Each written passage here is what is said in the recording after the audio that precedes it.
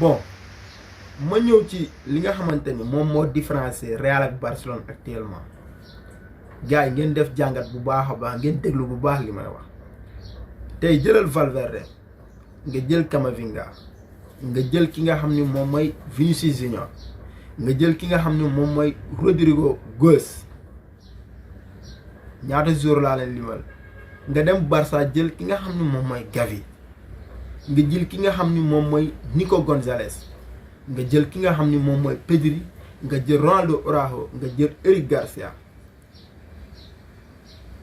ay avenir lañu ci booy yi ma lim entre Real ak Barça pourtant ñoom ñooñu ñëpp boo dee xool ci côté ñaari équipe yi ñoom ñu ngi def saison bu baax mais lan moo tax Real di gagner Real di gagner les matchs décisifs Barça gagnewul ces matchs décisifs lu simple la ci analyse bu yomb ci jàngat bu yomb ci jàngat boo xam ni même xale buy suivre football 3 ans la commencé suivre football 3 ans la am ci lu muy suivre football boo ko laajee mu war la mën a jox réponse bi mais ñoom ñaari équipe yi pare wuñ seen avenir bi des na ba léegi parce que li tax ma ne avenir bi des na ci ñoom ñooñu dama leen di wax lan moo tax Barça di enchaîner performance yu bon te alors que équipe am na boy yu performer davantage mais Real lan moo tax muy def performance yu baax te équipe bu Real am na ay boy yu baax di performer jëlal ma Modric nga jël Benzema nga jël Casemiro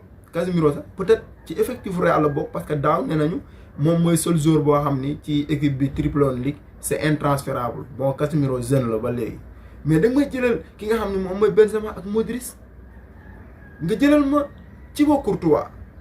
nga jëlal ma Busquets jël Piqué jël Alba gis nga mag yi nekk biir Real li ñuy performer alors que seen booy ñu ngi performer Real seen booy a ngi performer mais mag yi ñu ngi def ay exploit ba léegi kon ñaari performance yi boo ko maîtriser Real day am résultat yu baax. ma ñëw ci Barça booy yi di def performance xoolal performance bi Gavi di def Pedri Ronaldo Araujo ñu gis que ni aussi mag yi nekk biir Barça performer ñu davantage différence bi yëpp foofu la. contre Chelsea passe bi Modric def mais bu ko Busquets doon def ñun ñu sant yàlla passe bi Modric def bu ko Busquets doon def ñu sant yàlla mais lan moo tax Busquets mënu koo def lan moo tax Modric def ko Busquets mënu koo def parce que réussite bu Busquets football c'était réussite numéro 6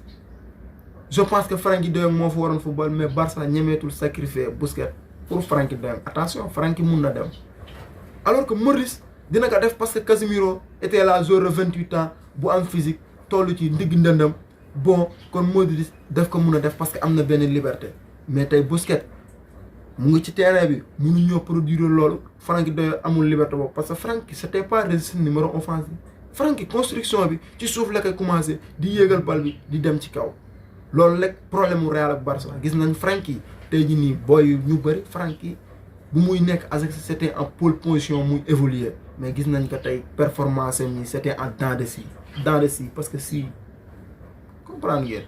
alors que Real dafa am numéro 6 boo xam ne dafay assurer son sécurité défensive gis ngeen ko keroog contre Séville Casemiro je pense que footballul gis ngeen Real taf mu encaissé ay bii parce que Casemiro était là di coulisser espace yi nga xam ni moom la défense bi di bàyyi attention Casemiro c'est un très bon numéro 6 kon loolu mu différencier Barcelone ak ki nga xam ni moom mooy Real Courtois di def ay arrêt yu baax parce que au moins défense Real dina xaw a débrouiller parce que David Alaba du cuune Eder Militão dafa sérieux ci lu muy def actuellement parce que Real dafa bàyyi Ramos pour Eder Militão di performer alors que Barça mu ngi téye ki nga xam ni moom mooy Piqué ci effectif am ba léegi yeneen défenseurs yi ba léegi Piqué moom moo leen di gën a performer parce que coach yi moom lañ gën a am confiance Barça ñemewul sacrifier Busquets Frenkie de Jong jël responsabilité te alors que Real dafa sacrifier ki nga xam ni moom mooy Ramos pour Alba ak Militão mun a installé wu ci équipe bi sama gars yi ngeen réfléchir bu baax a baax politique gu ñaari équipe yi bokkul gis nga Real man je suis fan de Barça mais qui ce soit football bi ci équipe bi wala ci équipe bi moi ça ne m'intéresse pas man li may wax mooy réalité bi nga xam ne moom mooy nekk ci football bi ay équipe bi laay farale équipe bi ça ne m'intéresse pas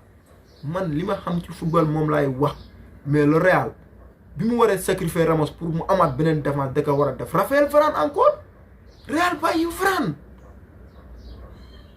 non mais bon et pourtant Varane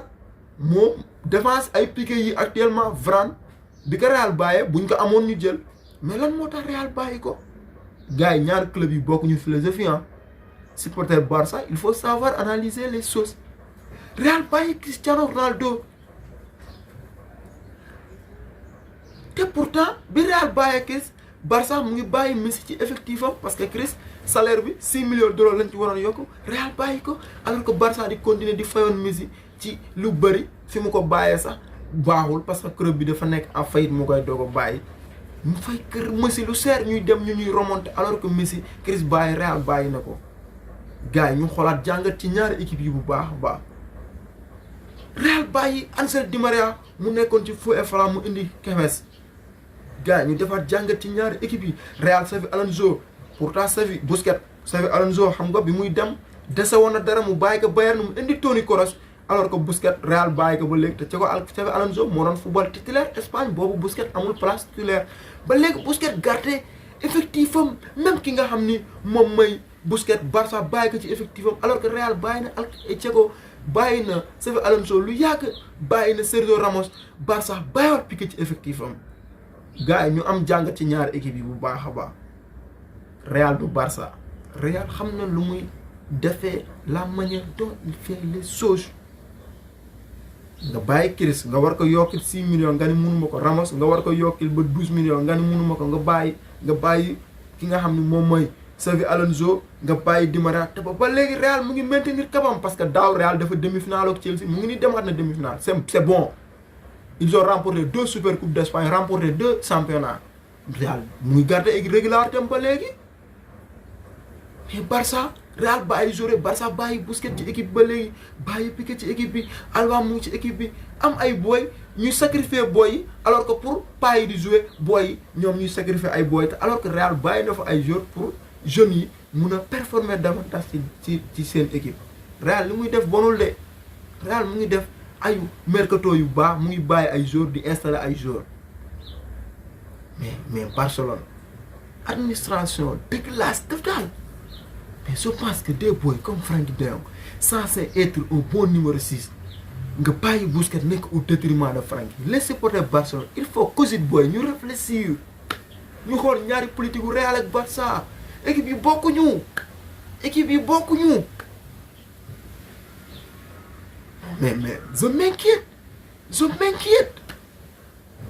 je m'inquiète pour toujours. Les deux clubs ne sont pas les mêmes. Quel est le problème? Administration. On ne peut pas même tout dire. Je suis fatigué de débrief Barça parfois. Je suis beaucoup de débrief à une équipe. Parfois, je suis sacrifié.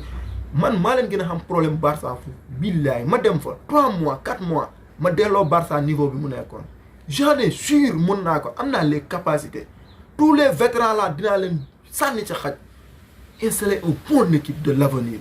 Barça mënul dem en tant que ces vétérans là ñoom ñu ngi ci équipe bi mënul nekk